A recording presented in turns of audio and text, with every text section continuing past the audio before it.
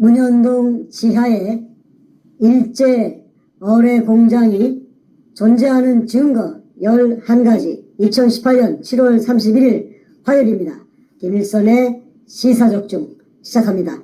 오늘 정충 선생님 모시고 오늘 제목대로 그 지하에 과연 어뢰 공장이 있느냐 없느냐에 대해서 매우 객관적인 그런 증거를 제시하는 우리 정 선생님의 증언을 듣도록 하겠습니다. 정 선생님 안녕하세요. 예, 안녕하십니까. 건강 어떻습니까? 예, 좋습니다. 오늘 아주 양복과 넥타이가 잘 어울리십니다. 맨땅을 신사입니다. 그래서 아주 이태리 신사같이 멋지십니다. 이 옷이 이태리 옷입니다. 좋습니다. 자, 오늘 제가 이제 그 제목대로 사람들이 이렇게 얘기합니다. 과연 그 부산 문현동 1219-1번지 그 지하에 어뢰 공장이 있느냐 없느냐. 그래서 우리 정선님의 증언이 사실이냐 아니면 백준원의 그 증언이 사실이냐 의견이 분분한데, 최근에 이제 그 백준이라는 사람이 이제 기자회견 하면서 그 기자회견에 안타깝게도 우리 선구자 방송이 저희가 알기로 굉장히 우파 태극기 미디어로 알고 있었는데 백준웅을 옹호하고 우리 정충교 선생님을 비난하는 그런 그 글을 올린 거 저희가 이제 누군가가 캡처를 떠가지고 사진을 찍어서 저에게 보내왔습니다. 제가 봤는데 우리 선구자 방송 측에서 이렇게 입장을 취하더라고요. 우리 정 선생님이 사실에 없는, 즉 부산 문현동 1219-1번 지하에는 아무것도 없는데, 일제 어뢰 공장이 없는데 속된 말로 거짓말을 하고 있다, 사실무근의 말을 하고 있다, 이렇게 좀 얘기하거든요. 백준원이 정도가 얘기하는 건 본인이 범죄자니까 한다고 치더라도 선구자 방송이 이렇게 얘기할 때는 저도 참 당혹스럽습니다. 왜냐하면 그분은 우리가 알기로는 태극기 미디어, 우파 미디어인데 이분이 어찌된 영문인지 부산 문현동 지하에 아무것도 없다고 주장을 하는데, 그분이 우리 정생만큼 이 문현동 사건에 대해서 전문성을 갖고 있다 보지는 않거든요. 그렇다면은 전문성도 없는 선구자 방송이 이렇게 섣불리 얘기하는 건 위험하다고 보는데, 오늘 이 부산 문현동에 대해서 가장 많은 정보를 알고 계시고 실체를 알고 계신 전문가이신 정 선생님께서 왜 부산 문현동 지하에 그 일제시대 때 지은 어뢰 공장이 있는지 아주 객관적인, 주관적 주장이 아니라 객관적 증거를 나열해 주시겠습니다. 자, 이제부터는 정 선생님께서 한번 직접 설명을 해주시고 제가 사이사이 궁금한 게 있으면 질문을 드리는 방식을 취하도록 하겠습니다. 예. 말씀하시죠. 네, 잘 알겠습니다. 네, 이게 이제 어뢰 공장이 없다고 할 것 같으면은 없는 것을 제가 있다고 지금까지 뭐 몇 번인지는 모르겠는데 약 30여 차례 그 방송에, TV 방송에 아니 태평 방송에 했다면은 그 김일성 교수도 늑 빠진 사람이고 또 미국까지 태평양까지 건너와서 또 저 역시도 그 정신없는 사람이 됩니다. 그런데 어느 미친놈이 그 어뢰 공장도 없으면서 있다고 우겨가지고 거짓말을 했다고 칩시다. 해가지고 제가 얻을 이득이 뭐가 있습니까? 제가 없는 걸 있다고 해가지고 제가 그 반대 급부로서 제가 취할 수 있는 무슨 이득이 있어야 될 건데, 그 목적이 있어야 될 건데, 목적이 있어야 그 거짓말을 할 것인데, 그 목적이 어떤 이익을 추구한다면은 그 이익을 얻을 것이 뭐가 있겠습니까? 자사 가지고 적군을 만들고 백준미 같이 무서운 그 도굴단의 두목을 사이코패스라고 했고 악마라고 했고 또 도굴단의 두목이라고 했고 또 수십 명의 도굴단이 있고 또 근영애가 있고 서경석이가 있고 노무현이가 있고 그 다음에 문재인이가 있고 그 다음에 또 이한이 저거 아버지 저 뭐니까 그 이름이 뭡니까 이 상업이가 있고 국회의장 문희재가 있고 문희상이가 있고 문희재가 있고 중국에 도망간 박주탁이 그 공장 수산기계 유아공사 처인 그 수십 명을 상대로 해서 제가 이거 거짓말을 해가지고 적군을 만들어가지고 제가 그 이익을 취득할 게 무엇이 있겠습니까? 저는 16년 동안 일구월심 오로지 하나, 자나, 깨나, 밥을 먹을 때나, 어디 걸어갈 때나 오로지 생각하는 것은 문현동의 진실, 이것을 어떻게 하면 이 세상에 온 만천하에 공개해가지고 사람들이 다 알아가지고 아이고 거기서 그런 일이 과연 있었구나, 이거 정말 이거 참 굉장한 일이네 하는 이걸 알리기 위해서 어떻게 하면 될까, 그것만 생각하던 사람입니다. 그런데 태평 TV에 젊은 김 교수를 만나가지고 김 교수만이 오로지 진실을 이해하더라고요. 저를 한 6달, 7달 동안 테스팅을 해가지고 검증을 해가지고 제 말이 앞뒤 전후 좌우가 질서정연하고 신뢰할 수 있다고 판단했기 때문에 이분이 바보가 아니기 때문에 미국까지 온 것인데, 미국까지 와서도 의뢰공장이 맞다 틀리다 하고 또 도굴단들은 아니다, 정충재가 거짓말하고 있다 이렇게 하니 부득이 오늘은 그 속에 그 해결할 수 있는 방법을 제가 제시하지 않을 수가 없습니다. 시청자 여러분께서도 잘 판단해 주시고, 쟤들은 그 돈이 많아요. 그 도굴된 금을 전부 처분해 가지고 삐까번쩍 해 가지고 돈의 위력으로서 무엇이든지 할 수가 있었거든요. 그동안에 대한민국의 돈이면 다 통했거든요. 그러니까 아마 달콤한 사탕을 당근을 좀 주고 매수를 하니까 이 사냥개들이 전부 꼬리를 흔들면서 물라고 달겨드는 그런 형국인데, 자관 그거는 별로 제가 개의치 않습니다. 왜냐하면은 저는 모든 진실을 다 알고 있고, 또 그게 관한 그 증거를 다 제가 확보하고 있기 때문에, 엊그제 땅을 산 여자 김홍랑, 그 다음에 땅을 사게 해가지고 도구를 했지요. 거기에는 의뢰공장이 아니다고 정충재를 막 공격하고 잡아 이어놓고 나서 자기네들은 거기서 땅을 사가지고 그리고 또 하나 말이 난 김에 생각이 나네요. 김성태하고 그 다음에 아까 탁종수하고 그 다음에 최상훈이하고 백준엄이하고 있었습니다. 그 사람들은 그 외에도 수십 명이 있습니다. 24명인가 25명 도굴단들이 적시된 도굴단들이 있는데, 이 사람들이 서로가 피를 나눈 형제도 아니고 또 학인이라든지 지연이라든지 혈연이라든지 전혀 무관한 사람들인데, 단 하나 공통된 점이 있어요.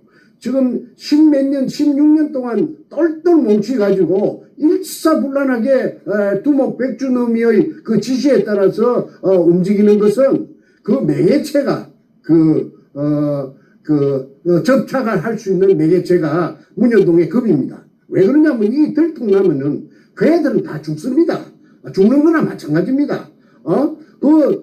특정 범죄 가중처벌법에다가 범죄 단체를 만들었으니까 이 징역 전에 제가 말씀드렸죠. 1년 받을 것 같으면 3년 받습니다. 인생 종치입니다. 그러니까 쟤들은 극구 자기네들이 가진 그 달콤한 기득권이 다 날아가 버릴 테니까 지금 결사적으로 이제 발악을 하고 있다고 그렇게 이해를 하셔야 될 것입니다. 또 제가 조목조목 하나하나 여러분에게 제가 설득을 해드리겠습니다. 첫째, 시간 관계상, 일일이 이걸 갖다가, 그 자료를 갖다가 제시하려면 끝도 갓도 없이 날밤을 새도 또 못합니다. 그래서, 제가 대략 한 12가지, 12가지 정도만 말씀드리고, 나머지는, 미루어 짐작을 해 주시기를 바랍니다. 오늘 저녁에는 길게 안 하고 조금 간단 명료하게 할까 합니다.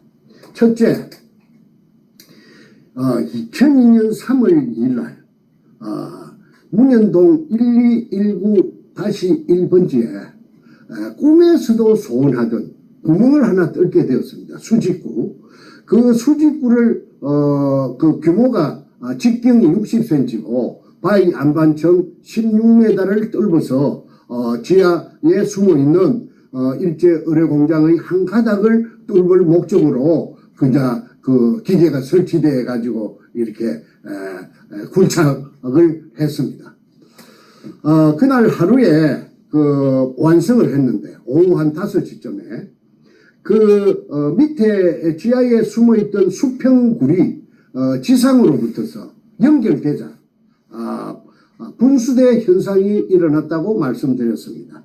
물이 치솟아 올랐는데 그거는 그 자리에 있던 사람 아무도 그걸 예측을 못했어요. 그런 현상이 있을 것이라는 걸. 그리고 그 자리에 제가 없었다고 그걸 공격을 하는데 제가 있고 없고가 무슨 상관입니까? 저는 그 자리에 없고 그 뒤에 산 뒤에 저 대갑선 쪽에 산 뒤에서 쌍안경을 가지고 그 광경을 일일이 보면서 저희 충직했던 조수 삼천포 놈 그 소도동 놈 같은 50년생 김성태에게 전화로서 하나하나 처음부터 끝까지 지시를 했습니다. 그러면 아무 권한이 없기 때문에 제가 시키는 대로 제 지시에 따라서 움직이는 로봇과 같은 놈이었습니다. 그런데 그놈이 제가 그 장소에 현장에 없었다고 내 대신에 그 새끼가 그 장소에서 그 진두지휘를 했던 것이지요. 그런데 내가 없는 것이 그게 무슨 약점이 됩니까? 그 뒤에 내가 산 위에서 쌍안경을 갖고 다 내려다보고 다 있었습니다. 그래서 물이 분출되는 광경을 봤는데 물이 엊그제 제가 설명드린 대로 지하 16m부터 지상까지 16m 그 다음에 지상으로 17m 높이로 그러니까 합계 33m 높이로 약 3시간 반을 뿜었다는 거. 그 사진도 제가 찍은 것이 아니고 소도동놈 그놈이 그 사진을 찍는 게 그놈이 취미가 사진 찍는 거예요. 그놈이 사진을 찍었기 때문에 그 백주님이 가방에서 그 분출되는 그 사진이 나왔고 그래서 제가 그 사진을 갖다가 입수해서 책에도 전부 다 사진을 올렸죠.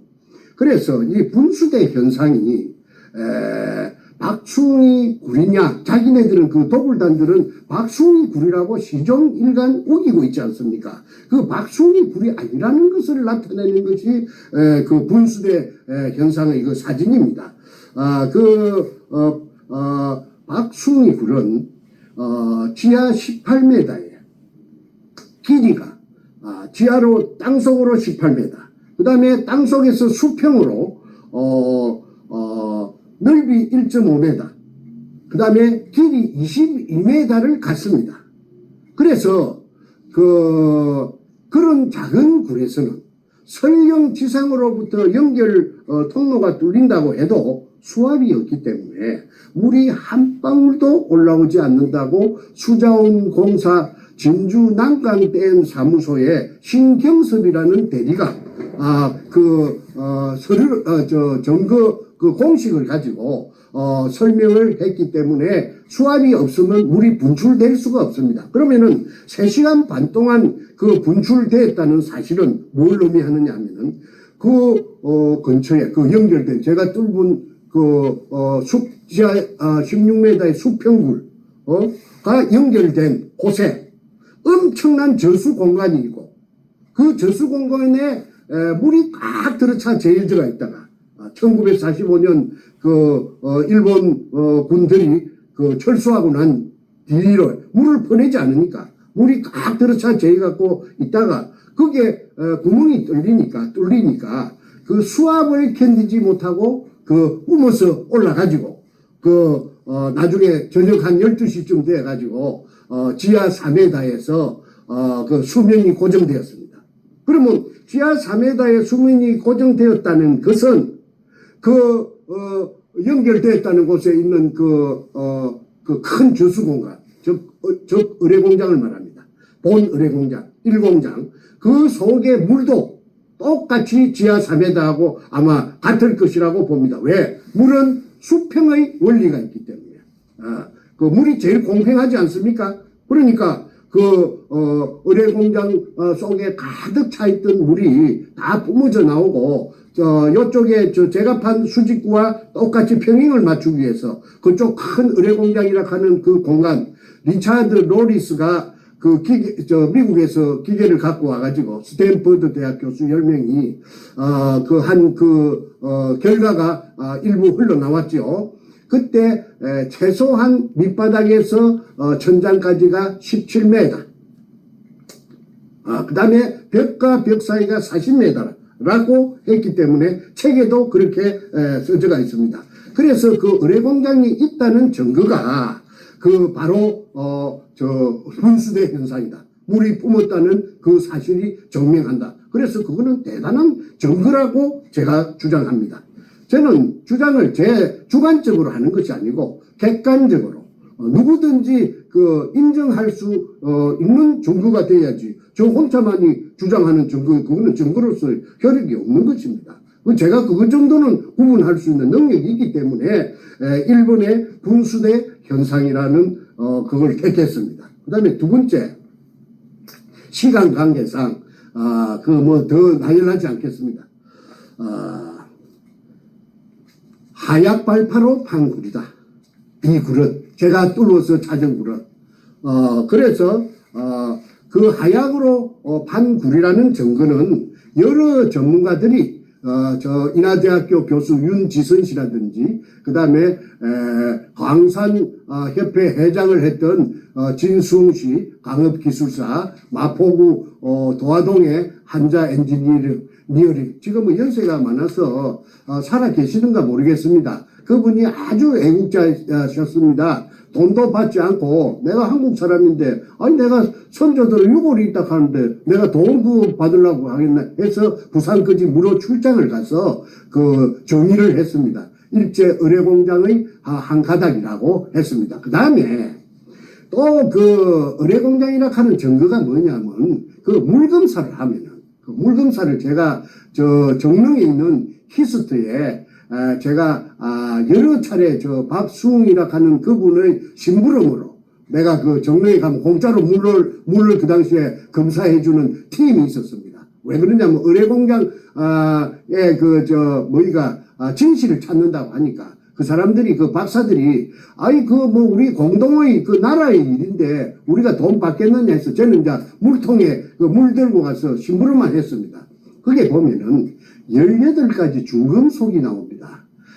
제일 많이 나오는 게 수원이 나옵니다. 수원 HG, 화학 기호로 써서 HG가 수원인데, 수원이 아주 무겁답니다. 비중이 높아가지고. 그래서, 의뢰라 하는 이 폭탄은 물 속에 날아가는 폭탄이기 때문에, 물의 저항을 뚫고 가야 됩니다. 그래야 정확하게 목표 지점까지 가야 된다면은 무게가 있어야 됩니다. 무게가 없으면은 물의 저항 때문에 좀 오차가 생기면은 목표물에 명중할 수가 없죠. 그래서 의뢰의 맨 앞에는 무엇을 찾느냐 하면은 수원 주머니를 찾답니다. 의뢰의 머리 부분에.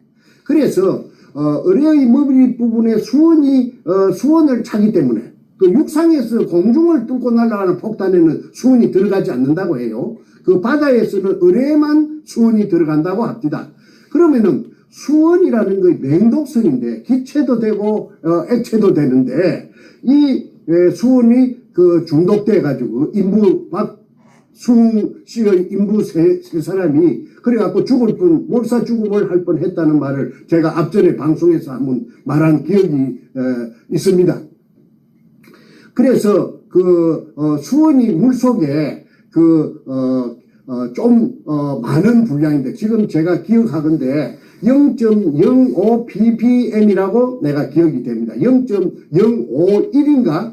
그렇게 기억이 되는데, 그거는 어려운 거 없습니다. 물을 채취해가지고, 물을 지하 공간 속에서 채취했다는 그 사실만 확인이 인정이 되면은, 물을 갖다가, 물 검사하는 기관에, 공인된 기관에 가서, 물 검사를 해보면은, 18가지 의뢰 만드는 재료, 니켈, 크롬, 망강, 그 다음에 여러 가지 의뢰 만드는데 18가지 중금속이 들어간답니다. 그거는 장보고함이라는 해군의 잠수함, 정장을 통해서 제가 다 알아냈다고 책에, 황금백합 책에, 작전 책에 제가 기술해 놓은 것이 있기 때문에 생략하겠습니다. 그래서 질문이 있습니다. 네. 대한민국 지하에 있는 지하수 중에 네. 수은 검출되는 게 이게 흔하지 않은 일인가요? 제가 대답해도 됩니까? 말씀하십시오. 네. 예. 수원이라는 것은 그야말로 맹독성이랍니다. 가스를 마셔도 그냥 한 3모금 마시면 적사해 버리고, 수원이 포함된 물을 마시면은 어떻게 되느냐면 이따이 병이라고 일본 동경만에 일본에서 이따이란 말을 아이야 아이고 아이야 하는 그 소리가 아마 일본말로 이따이 모양인데, 그런 식으로서 아주 그냥 인체에 치명적으로 해로운 것이 수원인데, 이 수원이 검출되는 예는 제가 알고 있기로는 한국에서 대한민국의 지하수에서 검출된 예는 없었다.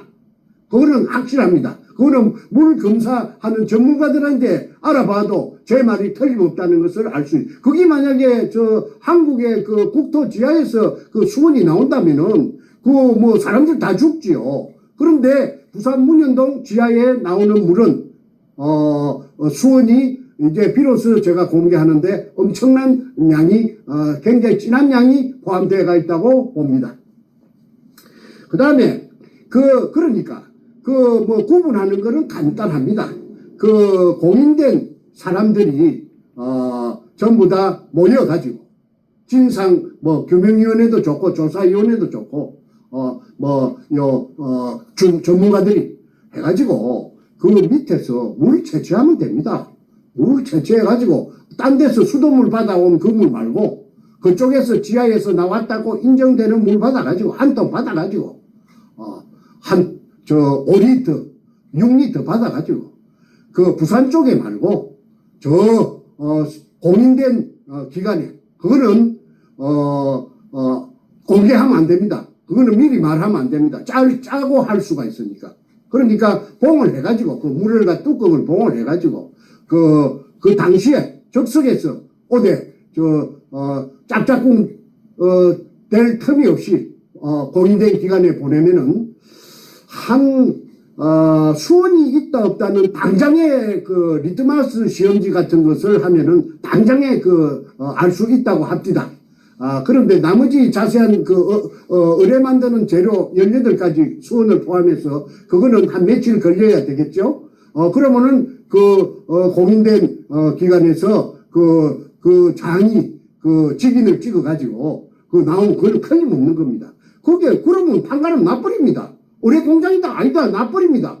시비할 거 없습니다. 그런데 더불단들이 물 채취를 몇 번 하려고 시도했는데 틈을 주지 않았어요. 접근할 수가 없었어요. 그래서 지금까지 못한 것이 굉장히 아쉬웠는데, 이번 기회에 이 시청자 여러분께 급소를 제가 지금 말씀드렸습니다. HG 물금소 하는데 무슨 돈이 많이 드는 것도 아니고 무슨 시간이 많이 걸리는 것도 아니고 노력이 많이 드는 것도 아니고 할 수 있는 의지만 있다면은 의뢰공장이 아니라고 나타낸다면은 자기네들도 해방돼야 될 거 아닙니까?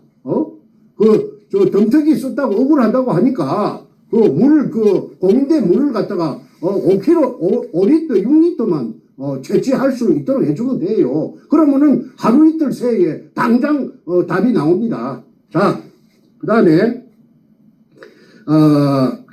박수홍이 탕구라고 제가 2002년 3월 2일날 지하 16매에서 찾아낸 구라고는 판이하게 다릅니다. 첫째는 방향이 틀립니다. 제가 찾은 굴은 바로 제가 뚫었던 데가 막장이었어요. 막장은 이 뒤쪽으로는 없다 이 말입니다. 갈 수가 없어요. 막장이고 바다 쪽이 막장입니다. 거기에서 옹벽 안쪽으로 산 쪽으로 바로 직각을 옹벽과 직각을 그리면서 그러니까 서쪽에서 동쪽으로 직진합니다. 직진. 그래가지고 한 10m 가다가 갈라집니다. 직각으로. T자가 되죠. T자 골목이 나타납니다. 그러니까 요리 진행하다가 T자 형태로 갈라집니다. 왼쪽으로도 가고 오른쪽으로도 갑니다. 그 다음에 가다가 또 여러 가지 갈래를 치는데 그까지는 복잡하니까 그냥 오늘은 T자로 친다는 것이 백주노미의 지도에도 그 T자로 된 모양이 나타납니다. 그러니까 백주노미는 그게 돌아다니면서 유골, 그 백골, 조선인 강제 진용자 백골 물 빼고 다 세봤답니다. 1, 2, 3, 4, 5, 6 그래가지고 980개라고 떠들고 다닌 것이 저한테 그게 채취가 돼가 있습니다. 그거는 지금 말하면은 또 복잡해서 시간이 가니까 그 정도에서 생략하겠습니다. 제가 다 가지고 있습니다. 그 다음에 모양이 틀립니다. 박숭이 굴은 하약을 사용하지 않았다고 법정에서 진술했고, 또 하약을 사용할 수도 없고, 또 사용할 수 없었다는 그 증명 서류를 제가 다 가지고 있어요. 박숭이 남구청에서 제가 찾았습니다. 그 찾을 때에 아이러니컬하게도 김무선의 보좌관 강아무개, 보좌관님은 국회의원 국회 보좌관들 중에 제일 높은 사람이었습니다. 강씨입니다. 이름은 내가 밝히지 않겠습니다. 그분이 정말 저한테 적극적으로 열성적으로 해가지고 자기의 지역구인 남구청에 부탁을 해가지고 박숭이의 허가낸 서류 원본을 제가 다 입수를 할 수 있게끔 도와줬다는 것을 말씀드립니다. 제가 가지고 있습니다. 그 다음에 제가 뚫고 찾은 굴은 아치형이 아니고 아치 넓이가 1.5m인데 저는 1.8m 그리고 사각굴입니다. 정사각굴입니다.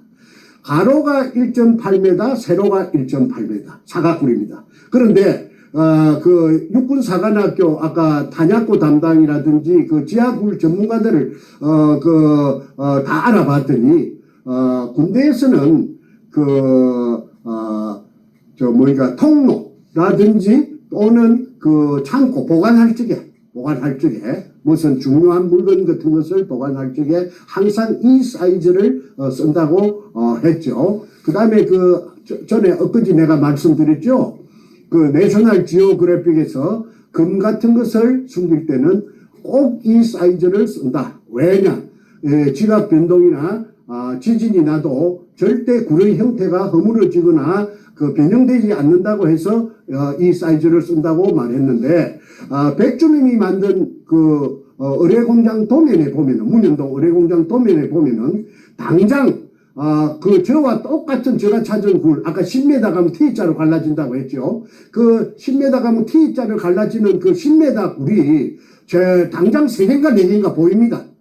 그게 옆에 쫄쫄이 일정한 간격을 두고 늘어서가 있습니다. 그런데 그 속에들도 다 금이 들었든지, 그거는 제가 들었다, 안 들었다, 제가 지금, 한 번도 제가 모르니까. 제가 뚫은 굴이 아니니까. 제가 금이 있었다, 안 있었다, 내가 그런 거는 한 번도 뜯은 적이 없습니다. 그런데, 솔직히 말하자면은, 거기에도 금이 들어있을 개연성이 충분합니다. 그것도 똑같은 도면에 그리 나타났기 때문에. 그 다음에 모양이 아치형이고 사각형이고 틀리다. 그 다음에 길이는 아까 박숭이 굴은 재판하면서 나타났는데 전체가 22m였다. 수평굴의 길이가. 그런데 저는 도굴단들 도면에 보면은 수십 킬로가 되지요. 그런데 이제 막아놨어. 이놈들이 박숭이 굴의 연장인 것처럼 돌 포대 등으로 한줄 소금에 중어 말대로 한줄 소금 포대 공포대에다가 잡석이나 쓰레기 등을 넣어가지고 굴이 박숭이 굴의 연장인 것처럼 30m를 나머지 T자로 갈라지는 데는 한쪽은 튀어놓고 또 저쪽에 가서 10m 가갖고 왼쪽으로 막장인데 그쪽에 또 막아놓고 그래서 어쨌든 30m를 갔다 왔다는 것이 중요하죠. 그래서 30m하고 20m하고는 그거는 판약의 틀입니다. 정리하자면은 하약 갖고 팠다. 그 다음에 아치형이다, 사각형이다. 그 다음에 방향이 틀리다. 하나는 서쪽에서 동쪽으로 갔고, 박숭이는, 북쪽에서 남쪽으로 와서 끝났다. 그러니까, 완전히 이거는 다른데, 또, 2m의 깊이 2m 차이가 납니다. 그거는 재판하면서 재판 기록에 다 나타나가 있습니다. 그런데 이 도굴단들이 어마무시한 도굴단들이, 무시무시한 도굴단들이, 무진동 하약을 사용해갖고, 거기에다가, 박숭이 굴로 갔다가 찾아냈다고, 내가 엊그제 말씀드렸죠? 그거는, 통영의 다이버 김원택이 그 옆에 이상한 구멍이 하나 있어서 돌아 나오다가, 30m 갔다가 돌아 나오다가, 그리 머리를 내가지고 이렇게 내리다 보니까, 45도, 사선으로 된 그 굴이었답니다. 그래서, 좀 더 자세히 살펴보려고, 일이 거꾸로, 머리가 앞쪽이죠. 거꾸로 일이 내려가니까 쭉 미끄럼 타듯이 미끄러져가지고 내려간 곳이, 가니까 거기에 굴이 하나 있더랍니다. 그런데 불로 비춰보니까, 한 10m 정도 돌 포대가, 텅 비갖고 없어지고, 10m 붙어서 돌 포대가 저희갖고 저쪽 반대쪽으로 꽉 들어차 저희가 있더랍니다. 그러니까 원상 복구된 박숭이 굴 속에 10m 정도의 메카난, 알막은 또는 대매움 해놓은 2005년 4월 6일 날, 복명서에서처럼 그걸, 아까 구멍을 뚫어갖고, 연결 구멍을 뚫어갖고, 무진동 하약을 가지고. 그런데 대구에서 하약이 몇 상자가 왔다고 그래요. 그래서 내가 하약을 왜 갖고, 오는가 그런 정보를 내가 들었는데, 이해가 안 됐는데, 그거를 이제, 아까, 2005년 7월 14일 날인가 13일 날, 오후 1시부터, 내려갔던, 굴 속에 내려갔던, 통영 항남동에, 돌고래 다이버쇼, 김원택이가 박숭이 굴을 갖다 찾아냈어요. 그러니까 이 도둑놈들이 왜 박숭이 굴하고 연결해갖고 박숭이 굴 속에 알마금 대매움 해놓은 포대까지 끄잡아 올려갖고 쇼를 연출로 해가지고 박숭이 굴의 연장인 것처럼 해놓을 때는 그럴 만한 이유가 아니겠습니까? 그 이유가 뭐냐? 물속에서 지랄병을 치는 거는 다 금을 처먹고, 덩치기 씌우려고, 저것도 변명하려고, 그래 해놓은 것밖에 더 됩니까? 충분히 또 그래 할 놈들입니다, 그 놈들이. 얼마나 금을 보니까 눈가리가 희뜩 비비지겠습니까? 무슨 짓이든지 다 합니다. 근데 사람도 며칠 찍이는가도 몰라요. 나중에 수사가 진행되면은 저거 팬끼리도 찍있을 수도 다 있다고 봅니다. 그런데 이게 전모가 지금 안 드러나니까 지금 오리무중이지 무슨 짓이든지 할 놈들입니다. 그런데 저거한테 아마 방귀를 치기 들고 옷통 벗었던 대가리 치기 들던 놈들이 있으면 지도 새도 모르고 구신도 모르고 없애버리겠어요? 그런데 내가 더 이상 확인되지 않은 사항이기 때문에 말을 절제하겠습니다. 여기서 거치겠습니다. 그래서 길이 방향 등이 다르다. 그 다음에 네 번째, 짜고 치는 고수도비라고. 청와대 노무이가 연결됐고, 노무이가 도둑놈이에요.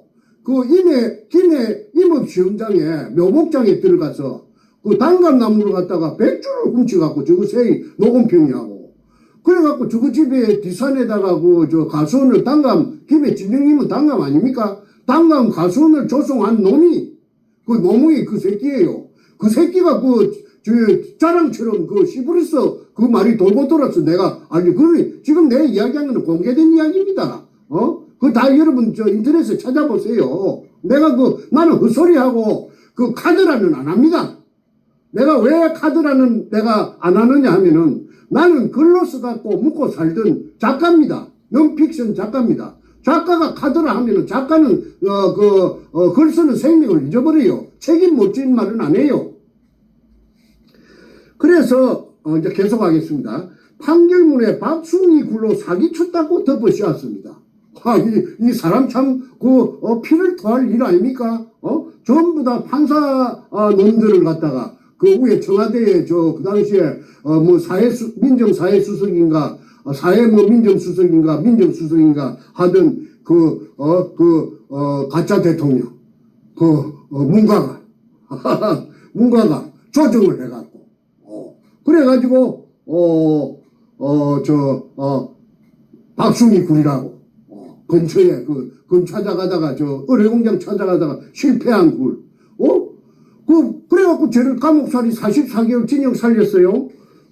그러니까 교활한 말이지 사악.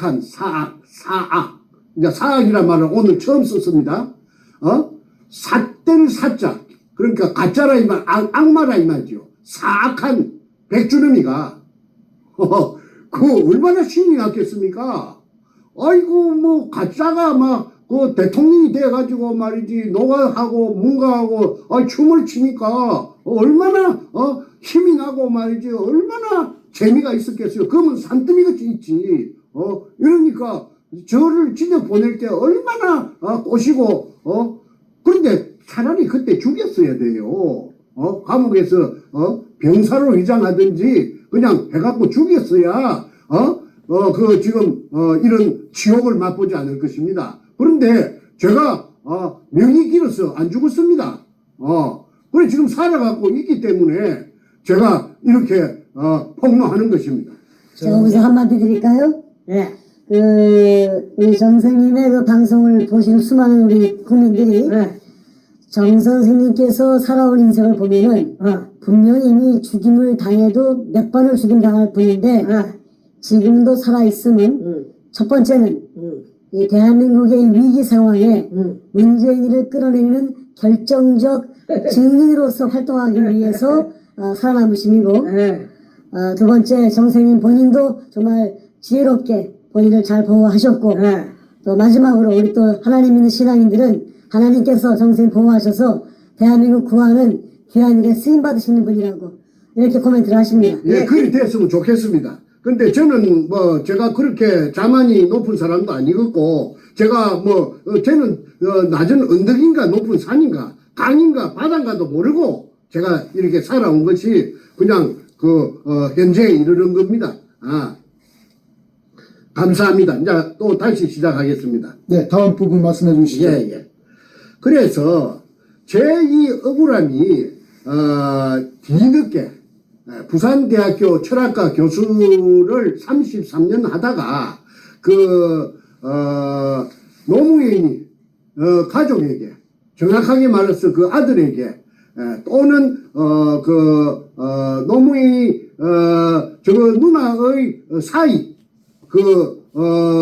정재호라는 법무법인 부산 그놈 아주 교활하고 더러운 놈입니다. 내가 그놈한테 한번 당한 적이 있는데 그가 복마전이에요. 그런데 그 이야기는 주제에서 좀 벗어나기 때문에 다음 기회에 내가 하기로 하고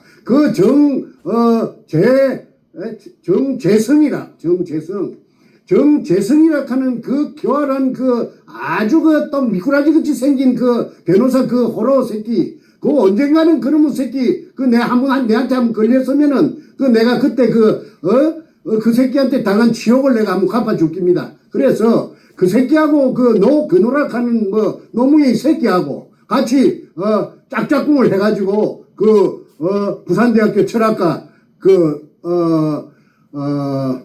최우원 교수를 고소를 했어요. 가재물을 대학원생한테 가재물을 갖다가 노무현이 전자개표로서 부정선거로 당선됐다는 그런 내용을 가재물로 내줬는데 그것을 자빨 대학원생 한 놈이 신문사에 갖다가 발라가지고 그 신문에 기사가 조그만하게 났어요. 나도 봤어요.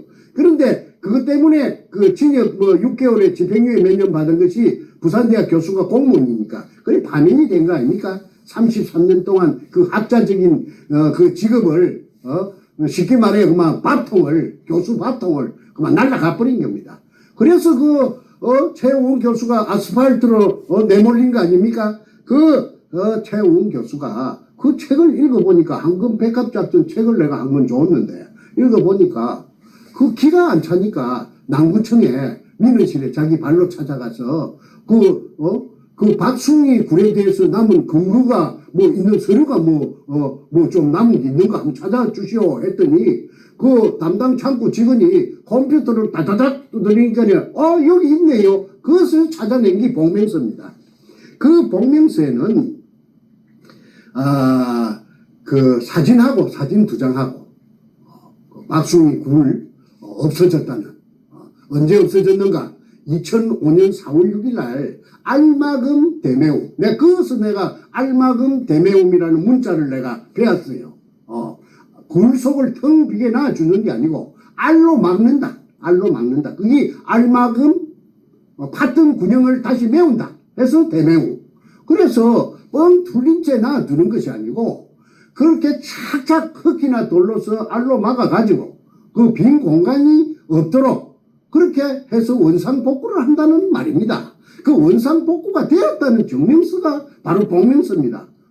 그래서 그 굴이 없어진 날짜가 2005년 4월 6일 날 없어졌다고 담당 공무원이 출장 가서 확인하고 복명한 것을 그 서류를 복명서를 찾아냈는데 내가 그걸 보니까 참 허탈하더라고. 그걸 진작고 찾았으면은 내한테 그 징역을 때릴 수가 있겠습니까?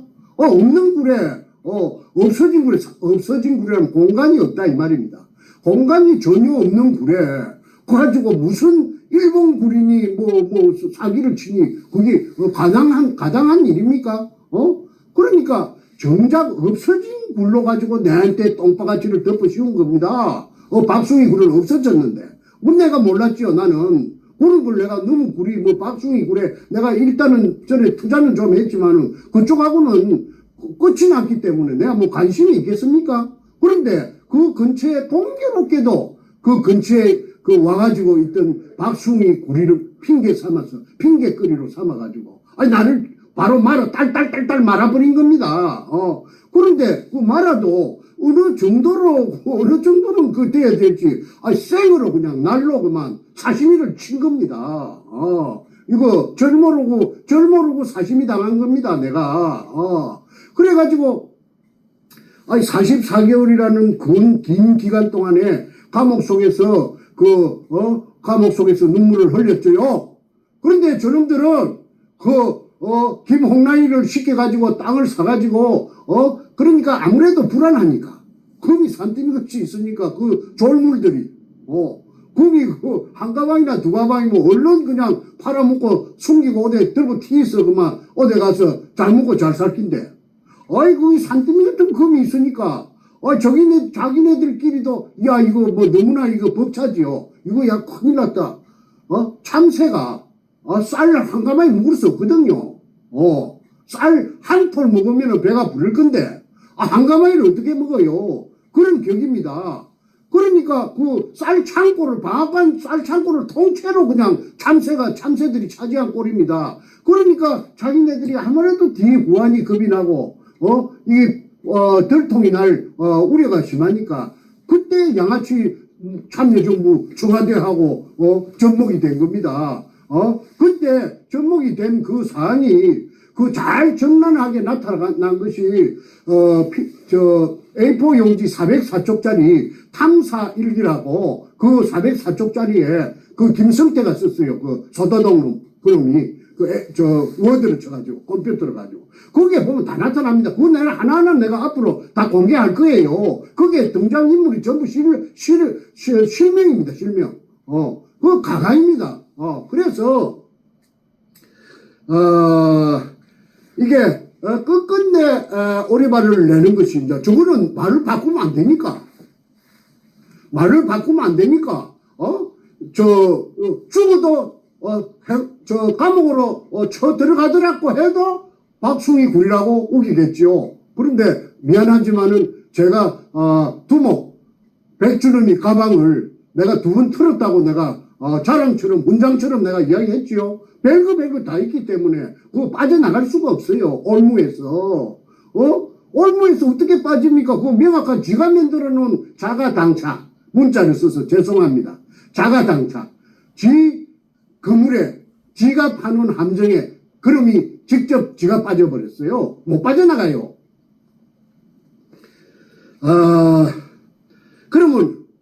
내가 왜 저 억울한 지적을 사느냐. 그거는 저 무식한 저 고등학교 나온 저 두목이 작동을 해가지고 판검사에게 조정을 해가지고 할 리가 그거는 만무한 일 아닙니까? 판검사가 뭐 나이로 뽕 해갖고 판검사 된 거 아니잖아요. 그러면 누가 했느냐?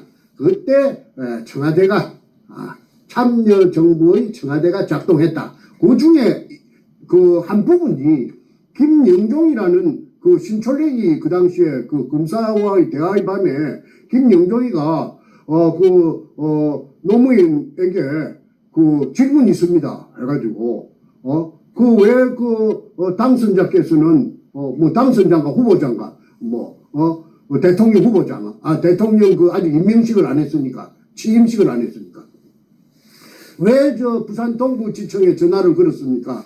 전화 건 목적이 뭡니까? 그 동영상을 한번 찾아보세요.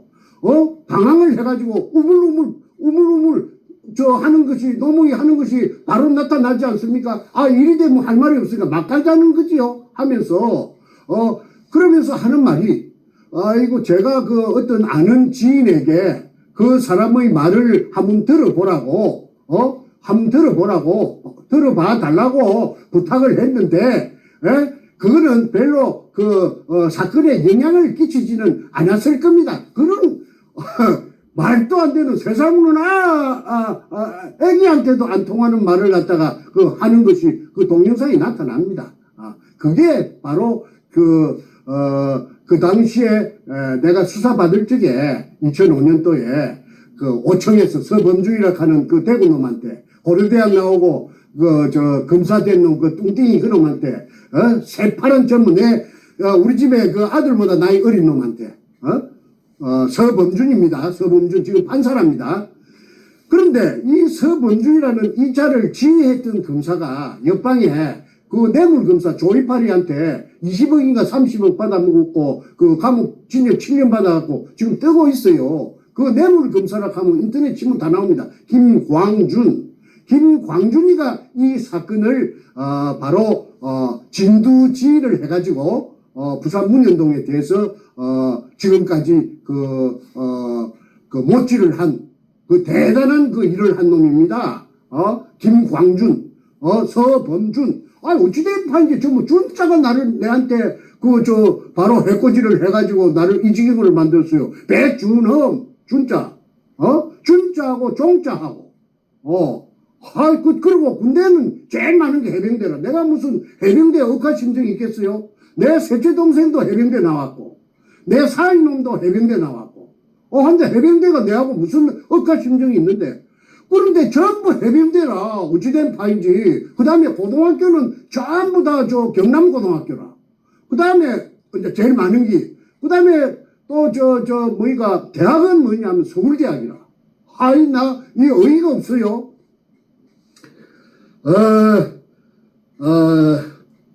당시의 청와대가 정확하게 말해서 노무현이가 문재인에게 지시하여 그래서 작동해서 검사 판사에게 압력을 이어가지고 해유를 하고 조정을 하고 당근을 묵을래 채찍을 맞을래 해가지고 봉간을 치고 해가지고 억울한 죄수를 만들고 문현동에 금도구를 덮었던 것입니다.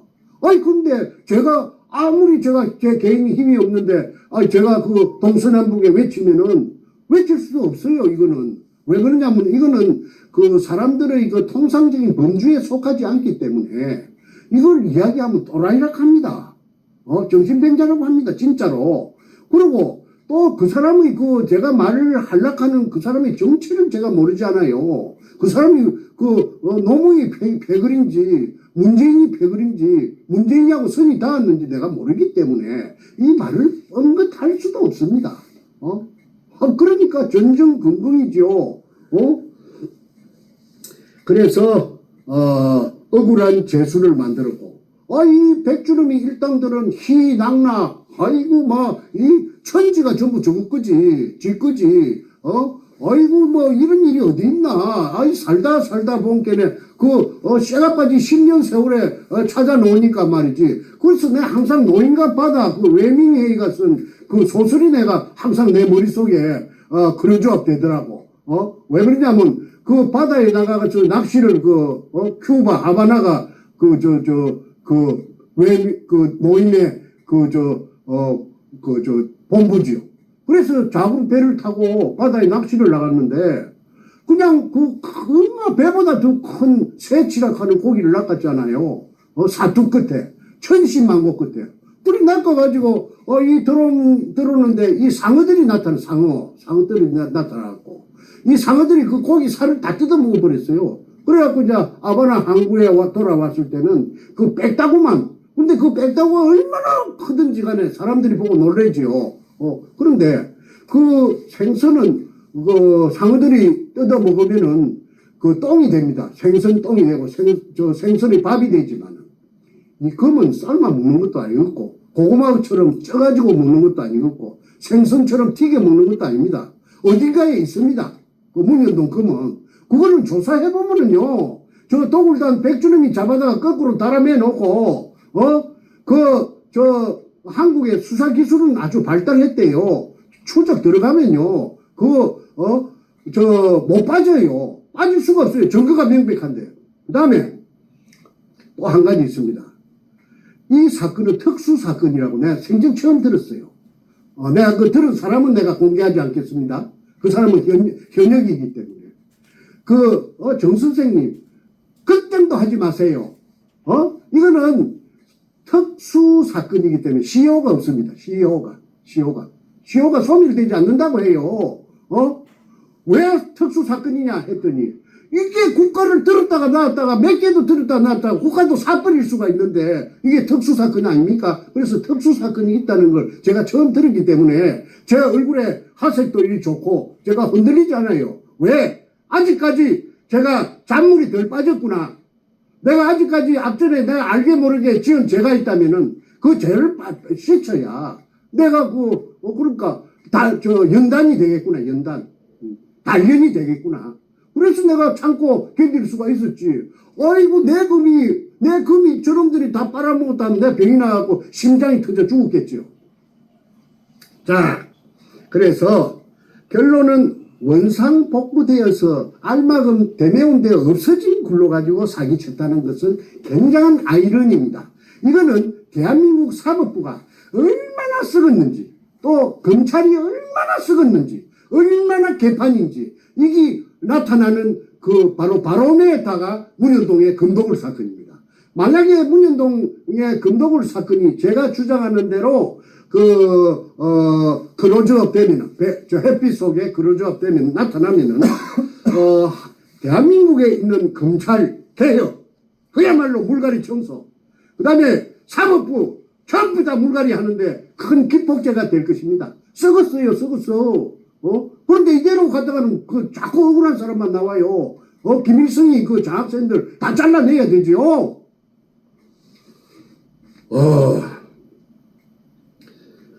땅속에 재어져 있던 산더미 같은 금을 이름충 일본식 한자 항토색 마다리 포대 속에 도구를 담가 갈라먹기 청와대 참여정부하고 갈라먹기 유함이 만천하에 드러났는데도 만천하에 드러났지요. 내가 정보를 다 갖고 있으니까. 그런데도 반박 기자회견을 하여 하늘을 속이고 국민을 속이고 자기 자신까지 속여서 거짓말로 그래서 내가 그놈을 사이코패스라고 했고, 사이코패스라는 말을 다시 한번 제가 설명하겠습니다.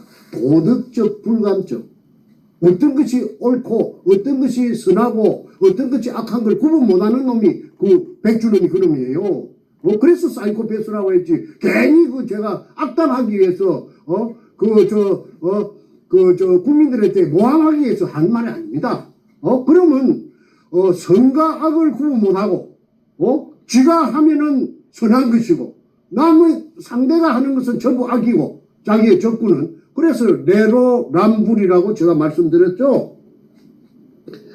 어느 역사에, 인류 역사에 어느 나라의 군주가, 어느 나라의 절대 최고 권력자가, 아니, 일개 그 잡분도 못하는 쓰레기 같은 범죄단을 하고, 접목이 되어서 갈라먹고, 억울한 사람을 갖다가 그 감옥 속에 처박아 버리는. 그 필리핀에도 한 건 있었어요. 이런 건이. 필리핀에, 있는 거는, 그게 이제 야마시타 골드입니다. 사람들은 뭣도 모르고, 한국에도 한국에는 야마시타, 골드의 그 사정권이 아닙니다. 나와바리가 아닙니다. 일본말 써서 미안합니다. 필리핀에 그 로베르토 록사스라 하는 영감이 한 몇 년 걸려가지고 그 야마시타 골드를 찾아냈는데 마르코스가 지금 말기에 꿀꺽했어요. 그래가지고 이 영감이 한 2년 반인가 옥살이를 하다가 그래 이제 어느 날 석방이라고 해서 나왔어요. 그래가지고 이제 마르코스가 도망간 망명간 그 하와이까지 찾아가서 재판을 했지 않습니까? 그게 한국의 언론에 난 걸 제가 봤습니다. 저한테는 그게 큰 힘이 그 당시에 됐죠. 그래서 이 로베르토 록사스가 필리핀 영감이 그랬다면 정충재는 한국의 제2의 로베르토 록사스 같은 사람입니다. 앞으로 이제 이게 나타납니다. 제가 죽어도 나타납니다, 이거는. 제가 맹이 잘라 죽더라도 이건 나타납니다. 왜? 태평 TV에서 한 30번 이걸, 봤기 때문에, 이거는 덮을 수가 없어요. 사람들이 이제 많은 사람이 알았기 때문에, 이거는 나타나는 거는 시간 문제입니다. 이거 참, 손바닥으로 하늘을 가리는 사이코패스, 백준엄의 엊그제 반박 기자회견은 참으로 요절복통할 일이고, 그 다음에, 아까 내가 특정 방송의 간판을 들고 있지 않겠습니다. 우파라고 해서 막 설치던 유튜브들이 선착순으로 주구, 사냥개가 되어가지고, 언제 저거들이 언제 문현동을 알았다고, 옳다, 그르다, 맞다, 틀리다, 왕왕 짓고 있어. 그거는, 코미디입니다. 그 다음에, 5번째. 사이코패스 백준엄이에게 하는 질문입니다. Why? 왜? 김홍남에게 전화를 걸어서 만났고, 광주에, 서구 지평동, 금호 쌍용 아파트, 사는, 김홍남을 찾아가서 금독을 지분 100분의 5를 주고, 그러니까 쉽게 말해서 독을 하는 회사, 2002년 5월 13일 날, 남포동 피닉스 호텔, 에서 결성한 제 주주총회, 회사를 띄웠지. 그게 도굴 회사입니다. 도굴 범죄단체입니다. 그 도굴단들이, 저를 고소한 도굴단들이, 이게 밝혀지면 전부 범죄단이 됩니다. 범단. 죄수들이, 전과자들이 제일 무서워하는 게 범단입니다. 100분의 5%를 주고, 100분의 5를 주고, 그래, 100분의 5를 주는 대신에 땅을 사라. 현장 근처 땅을 사라.